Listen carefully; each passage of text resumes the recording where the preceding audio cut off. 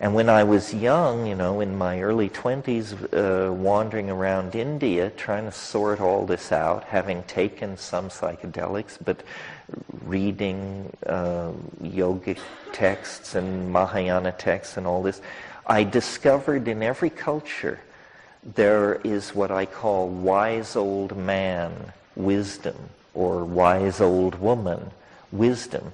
In every culture at evening you see sitting on porches men smoking pipes, old men. And these guys know something. They know something about life, how to till the soil, how to raise a family, how to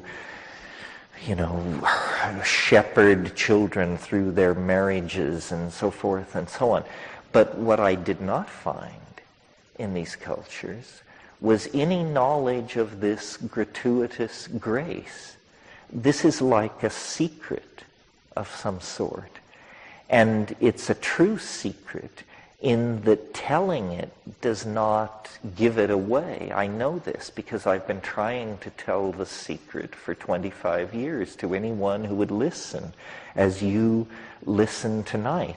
And I don't know how many people hear, at what level people hear me. And there are many problems. First of all, there's the problem of dose. It's a physical problem. You can take a little of a psychedelic substance, or an effective dose, or a lot, or too much, and medically not be in any particular danger. The LD50 of these substances is such, let's take psilocybin as an example. Psilocybin is effective at 15 milligrams for a 145-pound person. But the LD50, the lethal dose, is something like 110 milligrams per kilogram of body weight. In other words, hundreds of times more than a dose that you would swear you were melting down, you were becoming the earth, you would never live to tell the tale. And actually, you're in no medical danger at all. So people have experiences of different dose levels. I've always been interested in what the literature describes as effective doses.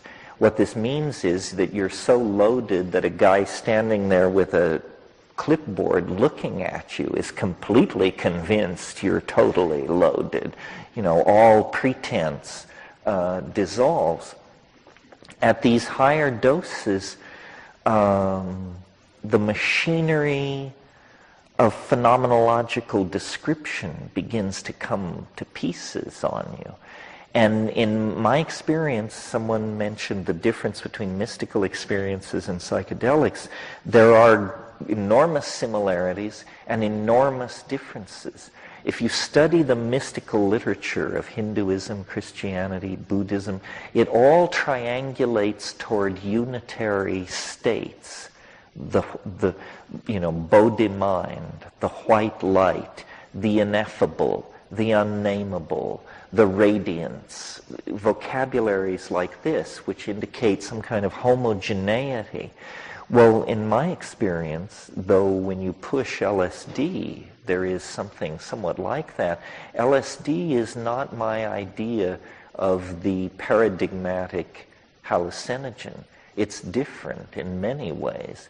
Psilocybin is more the paradigmatic hallucinogen, and when you push it, there seems to be not this merging into the radiance, but a revelation of multiplicity, of detail, of complexification within complexification. Everything gives way to everything else. Everything is interconnected to everything else. But the impression is one of an overwhelmingly bewildering perfusion of phenomena. And, I've discussed this with lamas and these sorts of people, and they say, well, you're in the realm of samsara. You're in the realm of the multiplistic. Perhaps, but the sense of a hierarchy of judgment doesn't feel right. Somehow this all and everything, this teeming multiplistic universe that is revealed, seems to carry a message of ecstatic and transcendental import.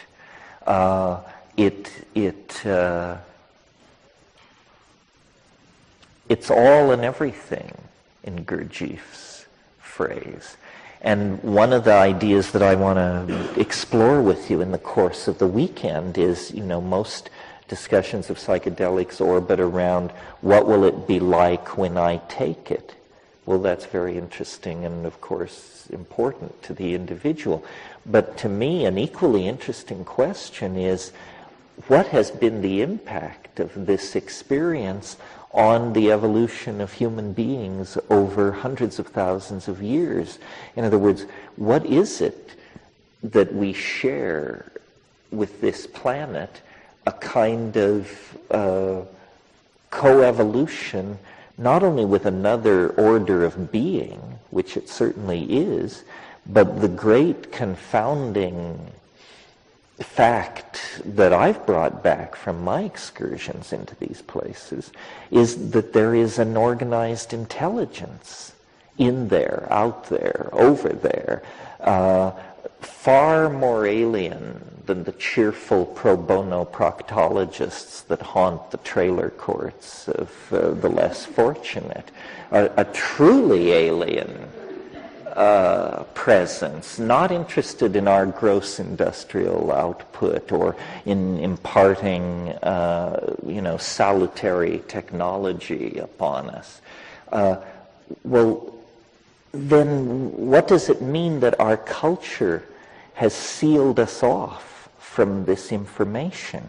I mean, our culture claims under the aegis of science to bring us news of quasars, kilochasms of time and space away, news of the activities at the nucleus of the cell, at the heart of the atom.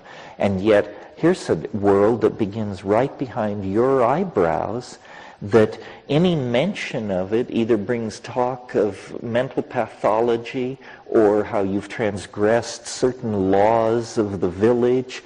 In other words, this culture has reared the edifice of empirical understanding and modern science and existential philosophy. This edifice has all been put in place in complete ignorance and denial of a fact of experience that is approximately as easy to access as orgasm.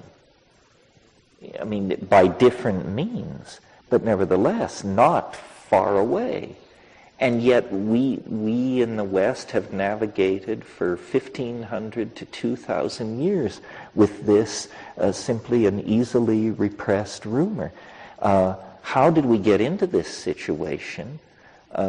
In other words, if there was a primordial era of shamanism and plant symbiosis and a mediated relationship with nature through the Gaian intelligence, how did we fall then into the domain of post-Renaissance, post-medieval, post-industrial culture?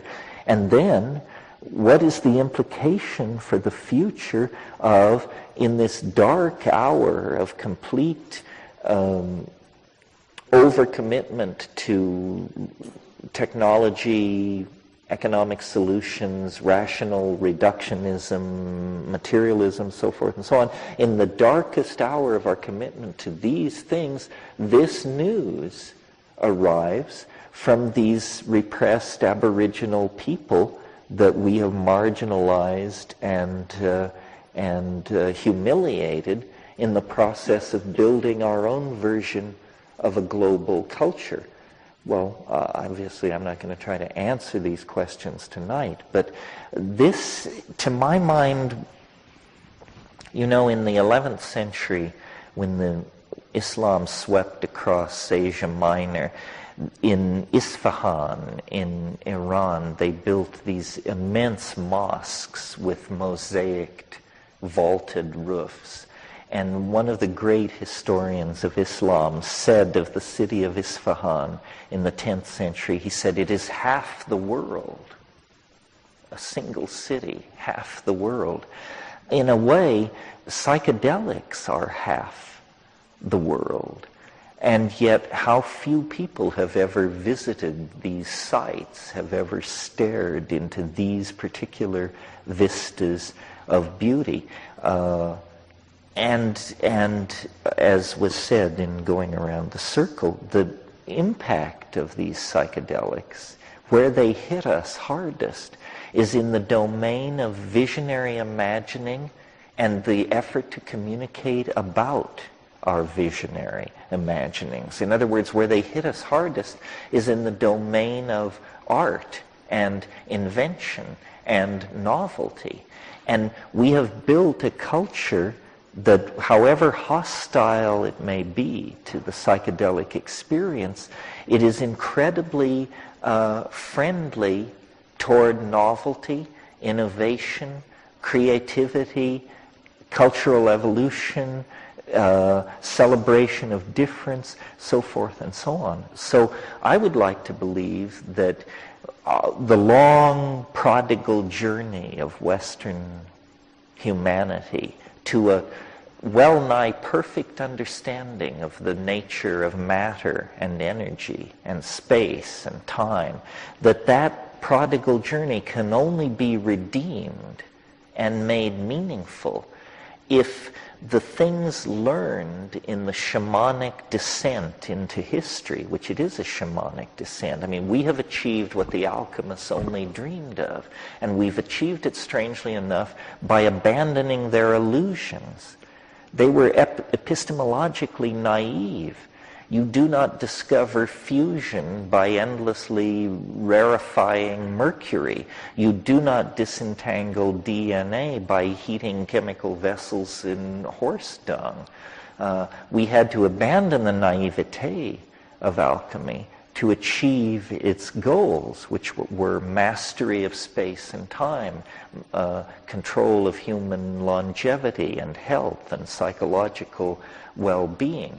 Well, at the center of the alchemical ideal was the idea of the stone, something part mineral, part mental, part spiritual, something drawn out of nature, but perfected by human artifice, and then reflecting back upon man a perfect world created through magic. This is the faith of the Renaissance magi, Marcello Ficino and Campanella and these people. It's a different idea than the idea of man as a fallen creature, or science's notion of man as a mute witness to a meaningless universe. The magical ideal that these things fertilize and support is the idea that humanity is somehow the co-partner, a full partner in creation, and that what God has brought into being, the human imagination can perfect. And it's a necessary faith for our time, because the power that we have is so great. If the power that science has given us does not serve a transcendental ideal, then it will serve some kind of fascist ideal, and most people will be reduced to equations and parts of a machine that does not serve the human individual or the human community. Psychedelics are a catalyst for the imagination. They raise the ante in the historical poker game. They show that there is more than one way to skin a cat. And we have come to a place of bifurcations, immense choices. The decisions and the processes that are put in place in the next 20 years will probably put the stamp on whether humanity and this planet are made or broken as a cosmic concern. Well, consciousness is the key. What is dragging our boat is an absence of consciousness. We have one foot in angelhood and one foot in the identity of a carnivorous ape. And the tension between these two on a global scale is excruciating. So if psychedelics, if there is one chance in 1,000 that they contribute an increased measure of consciousness to this situation, then they are a precious gift, a resource, an option, a possibility to be explored. I don't advocate these things because I think it's a sure thing or a safe path to the eschaton. I advocate them because they're the only game in town. If hortatory preaching could have done the trick, then the Sermon on the Mount would have been the turning of the corner. But we have Buddha, we have Christ, we have these examples of enormously insightful spiritual beings who have delivered their message, and humanity has continued to flop on the seamy side. So it's not about an idea. An idea is not sufficient to transform us. It's about an experience. And this is the only experience I know that in the time given to us, on the scale given to us, we have a hope of actually cutting through the detritus of our historical experience and building a true human community. Well, that's all I really want to say this evening. I've gone over my time. Thanks for being so patient. All of these issues and many more will be reprised in the course of this weekend.